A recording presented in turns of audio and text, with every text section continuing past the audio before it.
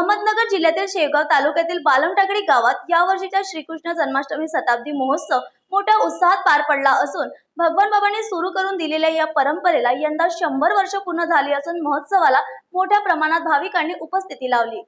बालमटाकडीत भगवानगडाचे संस्थापक वैकुंठवासी भगवान बाबांनी 1925 साली सुरू केलेला अखंड हरिनाम सप्ताह यंदा शताब्दी वर्षात दाखल झाला। या निमित्ताने आयोजित केलेल्या 7 दिवसांच्या शताब्दी महोत्सवाला विधान परिषदेचे सभापती नामदार राम शिंदे, खासदार निलेश लंके, आमदार मोनिकाताई राजळे, माजी आमदार नरेंद्र पाटील घुले, चंद्रशेखर पाटील घुले यांच्यासह अनेक मान्यवरांनी भेट दिली। महोत्सवात महाराष्ट्रातील नामांकित कीर्तनकारांनी फडकरी परंपरेनुसार कीर्तनातून प्रबोधन केले। आखो गावचे महंत श्रीराम महाराज जिंजुरके यांनी श्रीकृष्ण जन्माष्टमीचे कीर्तन केले, तर भगवानगडाचे महंत नामदेव शास्त्री यांनी काल्याच्या कीर्तनाने शताब्दी महोत्सवाची सांगता केली। ग्रामस्थांच्या एकोप्याने आणि भक्तांच्या सहभागातून हा सोहळा मोठ्या उत्साहात पार पडला। न्यूज एक्सप्रेससाठी अहमदनगरवरून जयप्रकाश बागडे यांची रिपोर्ट।